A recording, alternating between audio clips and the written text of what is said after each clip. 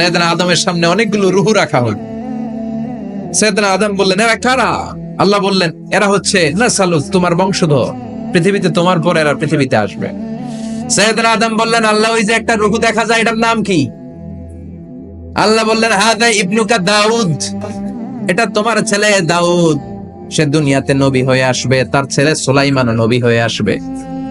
সাইয়েদনা আদম বললেন, মাবুদ, আমার ছেলে দাউদের কত বছর হায়াত আপনি দিয়েছেন? আল্লাহ বললেন, 40 সানা, মাত্র 40 বছর, 4 ইয়ার্স। 40 বছর তোমার ছেলেটা বাঁচবে।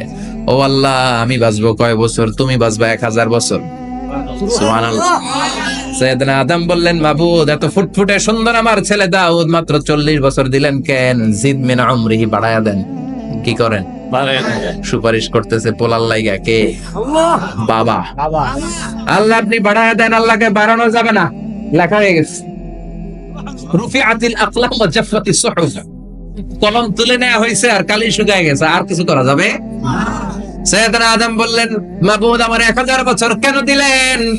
আমার এই সুন্দর ফুটফুটে ছেলেটারে মাত্র শুধুমাত্র 40 বছর কেন দিলেন? ও মাবুদ, আমার 1000 বছরের দরকার নাই, আমার 1000 বছর থেকে 60 বছর আমি আমার ছেলেরে দিয়ে দিলাম।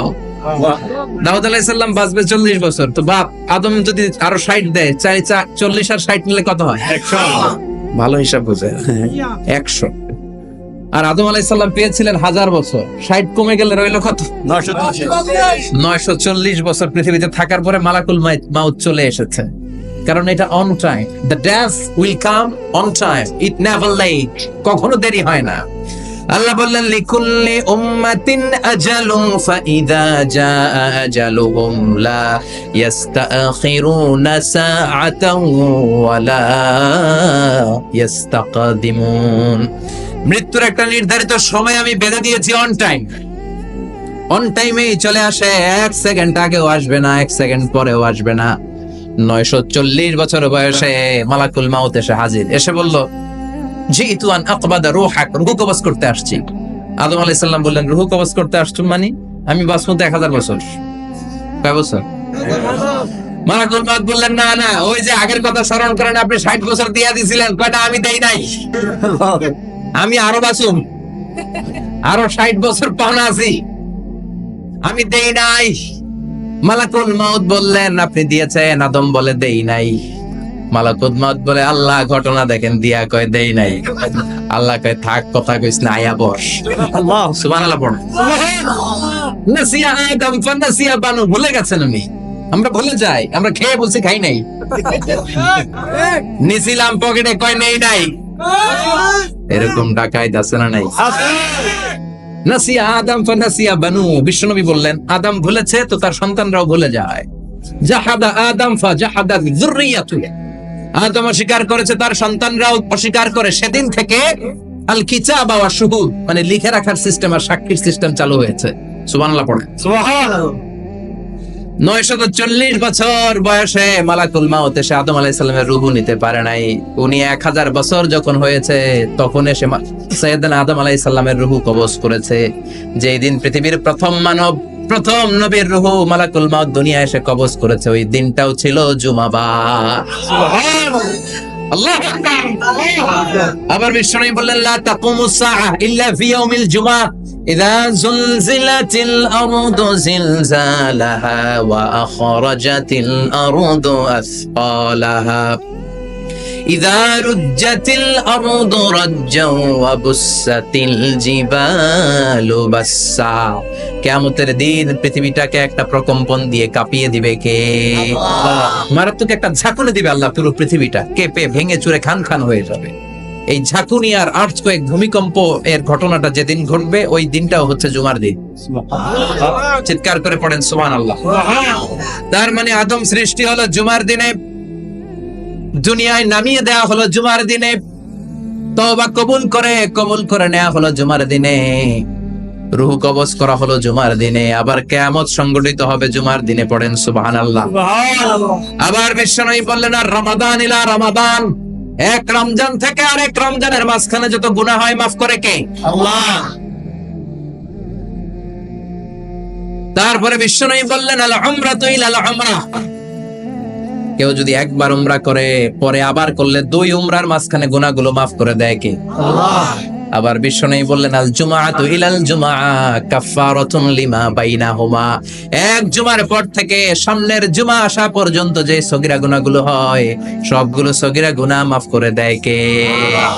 রজব শাবানে বরকতে দাও, রমজান মাসে গুনাহ ঝড়াও, সপ্তাহ জুড়ে তুমি বরকতে দাও, জুমার দিনেতে গুনাহ ঝড়াও, রজব শাবানে বরকতে দাও, রমজান মাসে গুনাহ ঝড়াও। ঠিক কি না? তার মানে জুমার দিন গুনাহ মাফের দিন। সারা সপ্তাহে ভুল ত্রুটি অন্যায় যা করলাম জুমার নামাজের বদৌলতে সব গুনাহ মাফ করে দেয় কে? এই দামি দিনটাকে আল্লাহ ইহুদিদের দিতে চেয়েছিলেন, পায় নাই। আলহামদুলিল্লাহ কবেন না? আলহামদুলিল্লাহ। ইখতিলাফু, তারা ইখতিলাফ করে হারাইছে এটা। এই দামি দিনটা রব্বুল আলামিন নাসারাদেরকে দিতে চেয়েছিলেন, ফাখতালাফু, ওরাও ইখতিলাফ করে হারাইছে। এজন্য ইখতিলাফ ভালো জিনিস না খারাপ জিনিস? মারামারি ভালো জিনিস না খারাপ জিনিস? আর ঐক্য করা ভালো জিনিস না খারাপ জিনিস? ঐক্য করতে রাজি আছেন? ইহুদিদেরকে আল্লাহ দিতে চাইলেন, ইখতিলাফ করে হারাইছে। নাসারারাও হারাইছে। ফাজা আল্লাহু বিনা ফাহাদানা বিহাদা দ্বীন, রব্বুল আলামিন এই দিনটা আমাদেরকে দিলেন, আমরা ইখতিলাফ করি নাই, বিশ্বনবীর হাতে হাত রেখে ঐক্য করে ঘোষণা দিয়েছি জুমার দিন আমাদের সাপ্তাহিক দিন। সুবহানাল্লাহ।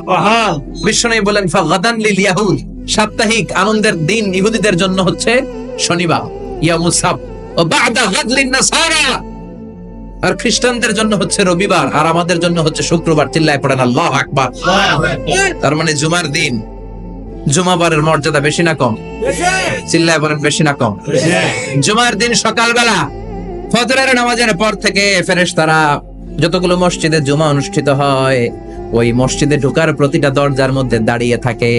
কারা কারা আগে আগে জুমার নামাজ পড়ার জন্য মসজিদে যায়, প্রত্যেকের নামগুলো একটা জান্নাতের রেজিস্ট্রি খাতার মধ্যে তুলে নেয়। এই নামগুলো স্পেশালি আল্লাহর কাছে পাঠানোর জন্য। সুবহানাল্লাহ কইবেন না? সুবহানাল্লাহ। ডানে বামে সামনে পেছনে যতগুলো দরজা, প্রতিটা দরজায় ফেরেশতারা বসে থাকে। কে আগে আসলো নাম তুলে দেয়। তুলতে তুলতে তুলতে তুলতে খতিব সাহেব যখন খুতবা দেওয়ার জন্য মিম্বারে যেয়ে বসে যায়, ফেরেশতারা তাদের খাতা বন্ধ করে তারাও খতিব সাহেবের সামনে জুমার খুতবা শোনার জন্য বসে যায়। পড়েন সুবহানাল্লাহ। প্রথম জুমার দিন জুমার মসজিদে যে ঢুকবে, বিশ্বনবী বললেন আল্লাহর রাস্তায় একটা উট কুরবানি দিলে যেই সওয়াব, এই সওয়াব আল্লাহ আমলনামায় দিয়ে দেয়। দ্বিতীয় পর্যায়ে যে ঢুকে, বিশ্বনবী বললেন বাকারা, গরু কুরবানির সওয়াব পায়। 3 নম্বরে যে ঢুকবে, বিশ্বনবী বললেন কাবসা, হাদিসের ভাষায় এসেছে আল কাবাস, কাবাস মানে হলো বকরি, বকরি কুরবানির সওয়াব। 4 নম্বরে যে ঢুকবে তার হচ্ছে দাজাজা, দাজাজা মানে মুরগি।